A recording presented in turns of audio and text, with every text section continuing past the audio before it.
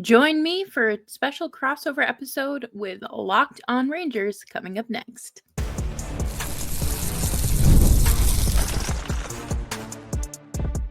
Your Locked On Flames, your daily podcast on the Calgary Flames. Part of the Locked On Podcast Network, your team every day. And so with no further ado, let's go ahead and kick off this very special crossover edition here of Locked On New York Rangers and Locked On Calgary Flames. This is John Chik with Locked On Rangers, joined by my good friend, Jess Belmosto of Locked On Flames. And Jess, interesting start to the season for the Flames for sure. They were hot right out of the gates there, starting 4-0. Leveled off a little bit, but they've won 2 in a row coming into this one.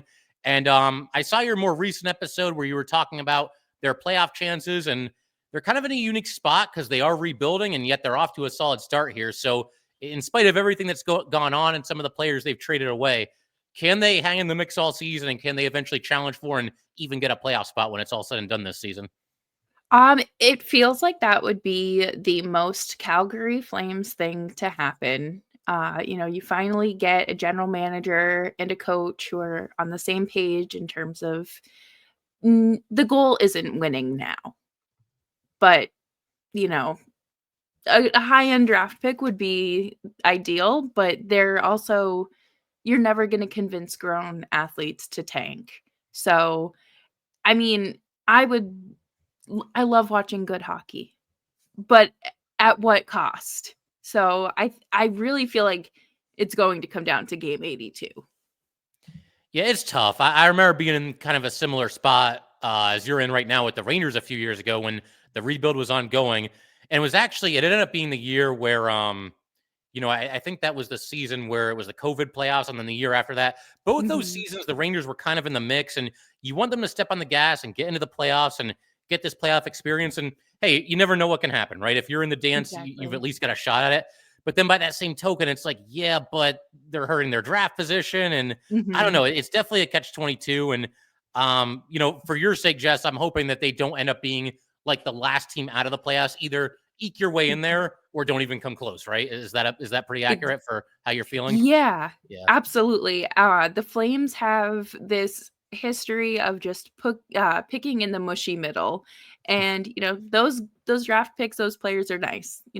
Nothing against them, but with the needs of the Flames, they can't be picking that low in the draft in terms of the caliber of talent they're looking for, because we all know where the high-end talent starts.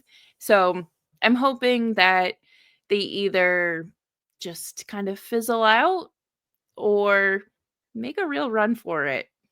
Yeah, it's going to be interesting to watch for sure. And, something that we talked about, I'm pretty sure we discussed this the last time we did a crossover.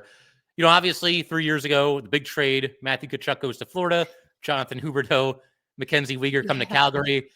Mixed results for both of those players. I feel like as kind of an outsider looking in here that Weegar's probably been the more successful of the two players in Calgary. But I mean, just generally speaking, what's your assessment of both those players, especially this season? And do you feel like the fans are kind of warming up to them and they see them as kind of, the big part of the big picture here that's going on with Calgary? Definitely. I think that people really embraced Weegar right off the bat. He was very vocal about how he wanted to play in Calgary and how excited he was for this opportunity. And he came in and just kind of took a leadership role and fit right in with the culture, and obviously played great hockey. So it's great on both sides there. Huberdeau, well, I think people have just never going to be that 115-point player again. There's nothing we can do about that. But I think fans have started to kind of ease up on him because you're just going to tolerate it for the next 6 years. Yeah, I mean, if it's not an effort thing, there's really no reason to get on his case that much. I mean, I can see, maybe being a little disappointed and, the point output over the last few seasons. But, like you said, he's there. He's got a big cap hit. It feels like he's going to be there for a long time. And I think you kind of just have to hope for the best. Something else that's going on with the Flames is it feels like maybe their Achilles heel right now is just not enough offense, not scoring enough goals. Is there anything that's going on there that you can put your finger on as far as like a reason why? I mean, other than maybe just not having as much firepower as some other teams. Does switching the line combinations make any sense? Just your thoughts on that, the offense from Calgary so far. Yeah, I think a lot of it has been just kind of playing with the lines and seeing what works, where you're getting the most production. They've kind of been flip-flopping Martin Pospisil and Connor Zary at center, and Zary has been great at center. Pospisil is kind of a mixed bag right now. But I think really the issue is for them is like they're allergic to shooting the puck. And they don't have that finishing talent. Um, I think if a player like Connor Zary and Matt Coronado can kind of improve on that net front presence or even just finishing in general, we would be having a different conversation. Yeah, for sure. It's funny doing these crossovers with certain hosts because, if I'm doing a show with another Locked On host and their team is rebuilding, like I did one with JD from Locked On Sharks the other day, and hearing all these things, like it just takes me back to where the Rangers were when they were young and they were like they would not shoot the puck. Like they were trying to pass the puck into the net. And I don't know if it's just like a hesitancy or nobody wants to be looked at as being selfish or what the deal is. But yeah, that can certainly be a byproduct of being a young team for sure. Yeah, absolutely. It feels like there's just I don't want to say like a lack of confidence, but it feels like there's no natural instinct to shoot the puck. It's just let's just play like hot potato and not shoot. Yeah. Yeah. Definitely reminds me of the Rangers a bunch of years back. But something else I wanted to ask you about too, just the Flames rebuild in general, moving a lot of, quality established players between last season and then even to the offseason this year, Hannafin, Lindholm, and then Markstrom sent over to the Devils this past offseason. I mean, generally speaking, do you think the rebuild is going well? And do you think the Flames, again, generally speaking, are getting enough in return for these players that they're trading away? Like, is the return fair for these guys?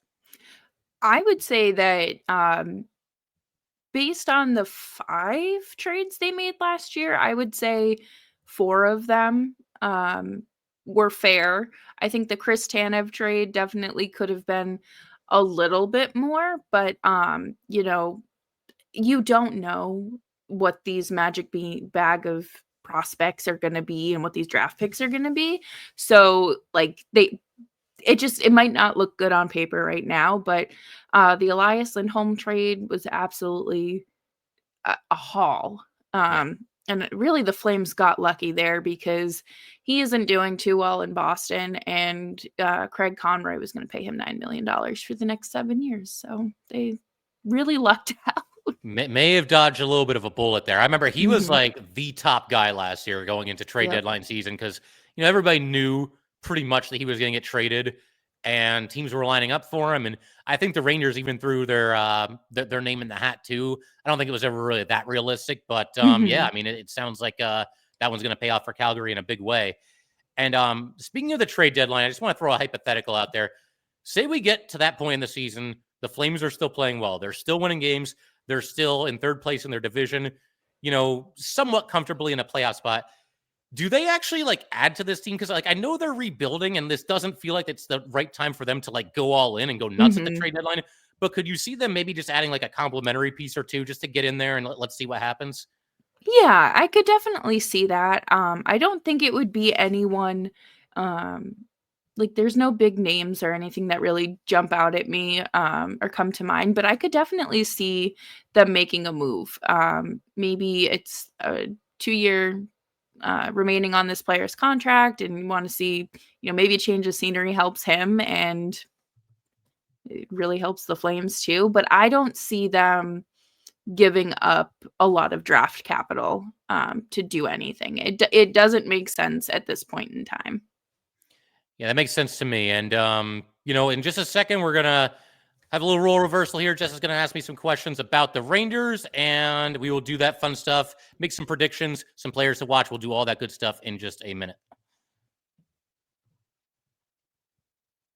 All right. We just want to take a minute to let everybody know that today's episode of Locked On New York Rangers and Locked On Calgary Flames is brought to you by FanDuel. Get ready to tackle the NFL action with FanDuel, America's #1 sportsbook, because right now, new customers can bet $5 and get $150 in bonus bets if you win. The FanDuel Sportsbook app gives you everything you need to place live bets on the NFL all in one place. So when you get a hunch in the middle of the game, you can check out the latest stats, view live play-by-play, and so much more on the same page where you place your bets. Just visit FanDuel.com to join today. You will get started with $150 in bonus bets if you win your first $5 bet. That is FanDuel.com. Never waste a hunch and make every moment more with FanDuel, an official sportsbook partner of the NFL. If you are like us, I'm sure that you love going to live events, and Game Time can get you the best deal on your game day tickets. And they have a new feature called Game Time Picks that makes getting tickets to your favorite team events in theater, comedy, so much more, even faster and easier. Game Time Picks filters out all the fluff to show you only incredible deals on great seats, so you don't have to waste time searching through thousands of tickets. Game Time Picks curation makes it easier to save more on sports, concerts, comedy, theater, and more. Right now, Game Time is having an exclusive zone deal for the NHL Winter Classic event at Wrigley Field. Go to the Game Time app to purchase tickets and get 10% off bleacher seating and 20 to 25% off on home plate area seating. Take the guesswork out of buying tickets with Game Time Picks. Download the Game Time app today, create an account, and use code LOCKEDONNHL for $20 off of your first purchase. Terms apply. Again, create an account and redeem code LOCKEDONNHL for $20 off. Download Game Time today. What time is it? Game time.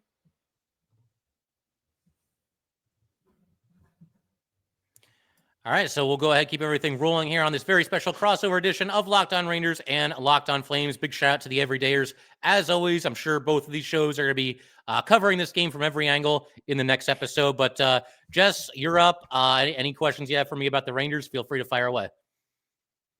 They're off to a pretty good start as well. But there's been some offensive lapses, it seems like, especially with some of the bigger stars. Do you have an idea of what may be happening there? Yeah, I mean, I think really it's just a sum of all the parts when you talk about, any kind of an offensive slump that the Rangers have gone through at points this season. Now, they have won 3 in a row, so that's the good news. And it does seem like certain players are starting to come out of it a little bit, namely Mika Zibanejad. But that's sort of been an ongoing storyline for the Rangers over the last handful of years here. You look at the stats at the end of the year and, Mika Zibanejad had another great year. Chris Kreider had another great year. But one issue that they've had is a lot of their points, not all of them, but a lot of their points do happen to come on the power play. And I think that Kreider and Mika both leave Ranger fans wanting a little bit more when it comes to 5v5 play. And on top of that, there has been nothing short of a revolving door when it comes to the third spot on that line. Now, of course, in the offseason, they went out, they traded for Riley Smith, and he's fit in pretty well. The three of them linked up for a really impressive goal in this last game against Vancouver. But I think that's the line that tends to, catch the ire of Ranger fans from time to time because, you're talking about with Kreider and Mika, the two longest tenured Rangers, two of the leaders on the team, and there's just too many nights where it feels like there's just not a whole lot from them. The good news is pretty much the other lines have mostly been firing on all cylinders. You'll get the occasional off night here and there, but I got to especially give a big shout out to the third line. They've been fantastic. Will Cooley, Filipino when he's been healthy, and Capo Caco. It's been they've contributed offensively, but more so than anything, that has become a shutdown line for this team and a line that still to date has not been on the goal or has not been on the ice for a goal against this entire season. So a lot of stuff to like. Yeah, it's a crazy stat, right? So they've been a lot of fun to watch. And like I said, Mika's starting to come out of it a little bit, goal and an assist in the most recent game. So hopefully that continues going forward here on this road trip. That is an incredible stat. And they're younger players, correct? They're not. Yeah. They're more. They're all young. It's wild to think that like of those three players that like Filip Chytil is like the grizzled veteran there. He's like 24. But, that's a story in and of itself because, he's obviously had all these concussion issues. Last season, he plays the first 10 games of the season, wasn't able to make it back, had a scary fall during basically a glorified skate around when he was on the rink, and then got back for some playoff games. But this year, I mean, you could tell how much he loves being back and how much he loves playing this game, and just meshed seamlessly with Kako and with Cooley, and off to a fantastic start. Took a hit, friendly fire. Keandre Miller got him a couple of games ago, and we were all fearing the worst, that it was another concussion. Sounds like that was not the case, and he has rejoined them on this road trip. And if he's up for it, and if the doctors clear him, then I would love to see him back out there in this game against Calgary. But we'll see. It sounds like it's very day to day. Yeah, I'm glad that he was able to escape that. Concussions are obviously no joke. You don't want to see that any more than you already have. Your special teams are top 5, I believe, in the league. Can you talk about the importance of those? Yeah, it's huge. There's times where even Ranger fans and just general hockey fans and critics of the Rangers, whoever it might be, they'll kind of get on the Rangers a little bit for sort of like over relying on that. But the way I've always looked at this, and what I'll continue to say here, I'm not going to look at an elite power play like it's a bad thing. I'm not going to look at an elite penalty kill like it's a bad thing. That's awesome. That's a huge part of hockey. And when it comes to playoff time, and I mean, Jess, you know this as well as I do, a lot, and not even just playoffs, even regular season, if you win the special teams battle, you're going to win the game far more often than not. Now, could they be a little bit better 5-on-5? Sure. And I think, against the Panthers in the conference final, maybe that was exposed a little bit, even though those games were tight. But I mean, those are positive things. The top power play unit, those guys have been playing together forever. A lot of people want to see Lafreniere there, but you've got Mika, Kreider, Panarin, Fox, and Trocheck, and everybody's got their role, and they, fire the puck around, and it's been a really fun unit to watch for sure. Yeah, and special teams obviously is huge in the regular season, but I feel like they're even more important come the postseason. And I guess like the more reps you can get, the better you'll be towards the end there. But what's the goaltending situation, Ben? I know that there's been a lot of talk regarding contract extensions with Igor and just kind of a lot of noise. Yeah, with Igor and the contract extensions, I mean, that's sort of been the $1 million question, honestly, ever since this past season ended, because, the season ends and you're disappointed as a fan. I'm sure the players are disappointed because they were close. They just couldn't quite get to the finals there. But yeah, I mean, the attention immediately goes to, the long-term future of this team, and Igor's going into the last year of his deal, and what's it going to cost and what's it going to be? The thing is, like, I'm okay if the Rangers make him the highest paid goalie in the NHL, because that's typically how it goes. These contracts get bigger and bigger, and Igor deserves to get paid. He's been on, a bargain contract for the last handful of seasons here. But, it was disappointing as a Ranger fan when you see that they offer him 8 years at $11 million a pop, and he says no. Like, buddy, like, we just offered to make you the highest paid goalie in the history of this sport. Like, that's not enough. And, I've mentioned this before too, but like, you compare him to some other goalies around the league and like guys that have signed extensions recently, Hellebuck, Ottinger, Olmark, Swayman, they're all around like 8.5 million, 8 million, somewhere in that ballpark. Yeah. And 11 million is not good enough for Igor. So I understand the frustration from fans. I also respect his right to play this any way that he wants to, but it's going to be an ongoing saga for sure. And as for Quick, I mean, he's been awesome. This dude has found the fountain of youth, and back-to-back shutouts. I don't think a starting goalie has been announced for this game, but the Rangers have 2 more games left on this road trip. I'd imagine Igor will get one and Quick will probably get the other, but we'll see. It's been a lot of fun to have strong play from the goalies for sure. Yeah, that's a lot of fun. Flames fans are no stranger to contract negotiations taking forever. But yeah, I think that does it for me on this part. Absolutely. And I figure in just a minute we can, look at some matchups, look at some players to watch, some under the radar players, do a prediction before we get out of here for the night. And we'll do all that fun stuff in just a second. All right. We just want to let everybody know that today's episode of Locked On New York Rangers and Locked On Calgary Flames is brought to you by Prize Picks. Prize Picks is the best place to get real money sports action with over 10 million members and billions of dollars in awarded winnings. Prize Picks is made daily fantasy sports accessible to all. You just pick more or less on at least 2 players for a shot to win up to 100 times your cash. Run your game all season long on Prize Picks. You can now win up to 100 times your money on Prize Picks with as little as 4 correct picks. Prize Picks is the best way to get action on sports in over 30 states, including California, Florida, Georgia, and Texas. Prize Picks is the only real money daily fantasy platform with an injury insurance policy so that your lineups stay in play even if one of your players gets injured. If your player leaves in the first half and does not return, Prize Picks keeps your lineup live. So download the app today and use code LOCKEDONNHL to get $50 instantly after you play your first $5 lineup. Once again, download the app today and use code LOCKEDONNHL to get $50 instantly after you play your first $5 lineup. Prize Picks, run your game.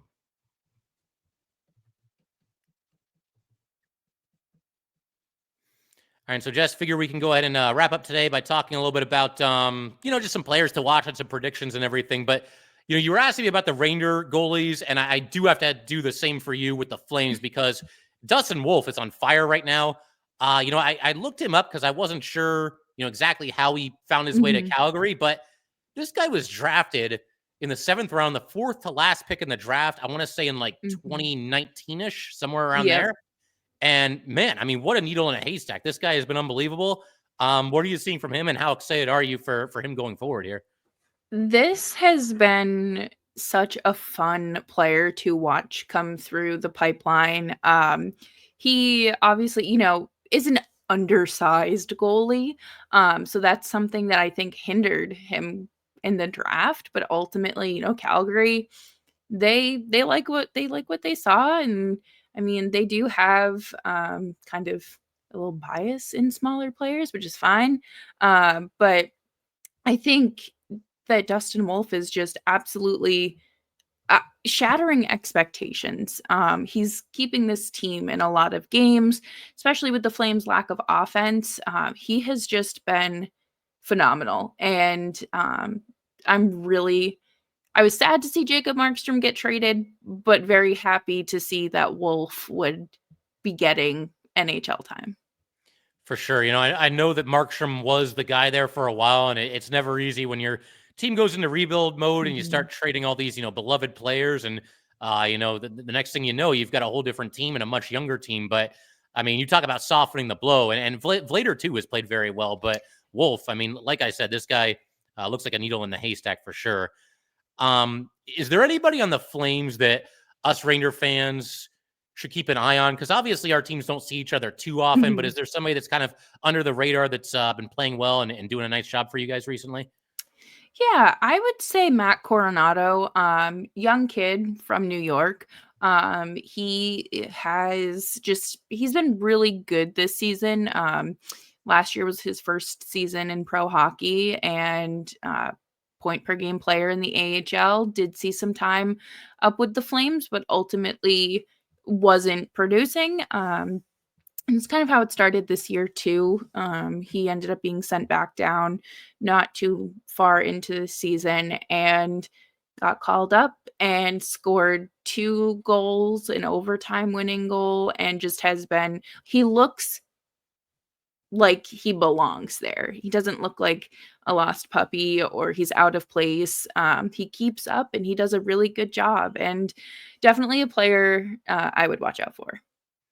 Yeah, for me, I said pretty much the same thing verbatim about Will Cooley last season. He's now in year 2 with the Rangers, and he's going to be my under-the-radar player to watch. On a little bit of a heater right now. Goal and an assist in the last game. I think he's got like 5 goals in the last 10 games or somewhere in that ballpark. But I thought he got really kind of overlooked as a rookie. I mean, he wasn't like a rookie of the year candidate or anything like that. Sure. But, he had about 20 points, about 13 goals. He's out there hitting everything that moves every single night. And I went back and looked up Rookie of the Year voting last year. He didn't get like even a single 5th place vote. Like, not that he cares about this. This is stuff for us and things that we look at. Yeah. But I mean, I look at that and I'm like, man, like I think people are kind of sleeping on this guy. And, he's off to a really nice start this season. Very physical player. He's got good size and probably an underrated shot as well. And kind of the same deal where, you watch him as a rookie last year and you think eventually, like, no matter who the player is and what team he's on, he'll have like a rookie hiccup or, a moment or a stretch where I don't know. Maybe he's not ready yet. It Mhm. never happened with Will Cooley. And this year, he's just building on everything that he did last year. So it's been a blast to watch him and somebody that I'm going to be keeping an eye on for sure. Yeah, that's awesome. And, I think that that's something that Flames fans should keep in mind, mainly because, you've gone through the rebuild. We are dipping our toes in it. So there is definitely some positive on the other side of uh, this weird transition period. There is, and you can have some fun along the way there too, because Yeah. there will be some frustrating moments, and there will be some games that like slip away that like a more established team probably locks it down and gets the win. But Hmm. with the Rangers, I used to say like it was like a spin of the roulette wheel when they would play because they go out there and just look lost against a bad team, but then Yeah. they go out there and go toe to toe with like an elite team and beat them, and Yep. it's like what. I never know which Rangers are going to show up from one night to the next, and you might be going through the same thing with the Flames right now. Yeah, I definitely feel like that's how it was towards, I guess, like, maybe the 10 games into the season, like, they went on a losing skid. I think that that's what it was. I don't think they knew who was showing up. But it feels like they've kind of, leveled themselves out, and this homestand has been good for them. So, we'll take it, and looking forward to just hopefully watching Dustin Wolf. No starting goaltender's been announced yet, but I really hope that he's in net tonight. Yeah, absolutely. And I figure we can wrap things up here with prediction. Do you want to throw out a final score, like anybody to score a goal, anything like weird or crazy or whatever to happen in this game? I'm going to say if it's Vladar in net, I'll go 4-2 Rangers. Um, if it's Wolf, probably 3-2 Rangers. That sounds about right. I was gonna say I'm gonna go with a similar outcome. I'm gonna say the Rangers win 5-3, but that fifth goal will be an empty netter. I do think this will be a Yep. close, competitive game. Like I said, the Flames are off to a good start this year, and they've won 2 in a row. And you mentioned that they've done well at home for the most part, and with the Rangers, it's kind of the opposite. They've kind of been road warriors this season, so definitely looking forward to it. I think it's gonna be a fun game. We've seen the temperature really rise between these teams in recent Yep. seasons. They've played some crazy games, so I'm really looking forward to this one. Yeah, it's always a fun, competitive match with these 2, and, I look forward to it. I think it's, especially when East Coast teams have to trek all the way out to Calgary, kind of an advantage for the Flames in some ways, but, yeah, these 2 teams have definitely built a little bit of history between themselves these last few seasons, so we'll see where that goes. Absolutely. And so, Ranger fans, Flames fans, thank you guys as always for tuning in. And Jess and I will see you next time.